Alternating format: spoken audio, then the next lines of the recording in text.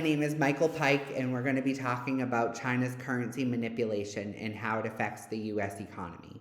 After watching the video, Why Does China Manipulate Its Own Currency, and going through chapter 14, it's clear to me that China keeps a pretty tight grip on its currency's value. They do this by pegging it to a fixed exchange rate and stepping in whenever necessary to make sure the rate stays where they want it.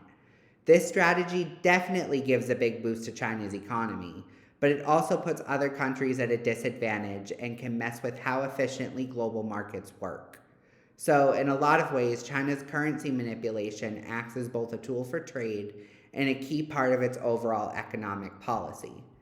China's currency manipulation generally hurts the US economy, especially American manufacturers. By keeping its currency weak, China makes its exports cheaper, which undercuts US goods in global markets and contributes to trade deficits and job losses in manufacturing.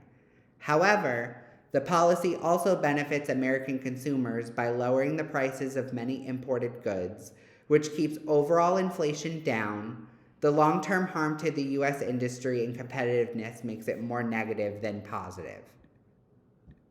A weaker dollar tends to be good for American exporters. When the dollar drops in value, US goods become more affordable to foreign buyers, boosting competitiveness abroad. This often increases demand for exports, which can stimulate domestic production and create jobs. However, the downside is that imported goods and raw materials become more expensive, raising costs for some businesses and consumers. Overall, though, exports typically benefit from a weaker dollar. Now, on the other hand, a stronger dollar is generally good for American importers.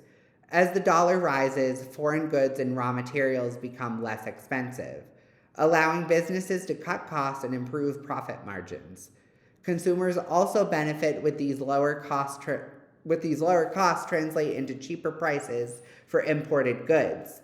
The main trade-off is while importers and consumers gain, export-oriented industries suffer from lower demand abroad. A stronger dollar is typically bad for American exporters. When the dollar rises in value, US goods become more expensive for foreign buyers, reducing competitiveness in international markets. This often leads to a decrease in export sales, production cuts, and job losses in sectors that rely heavily on overseas demand. While the stronger dollar helps control inflation and benefits importers, it creates serious challenges for export-dependent industries.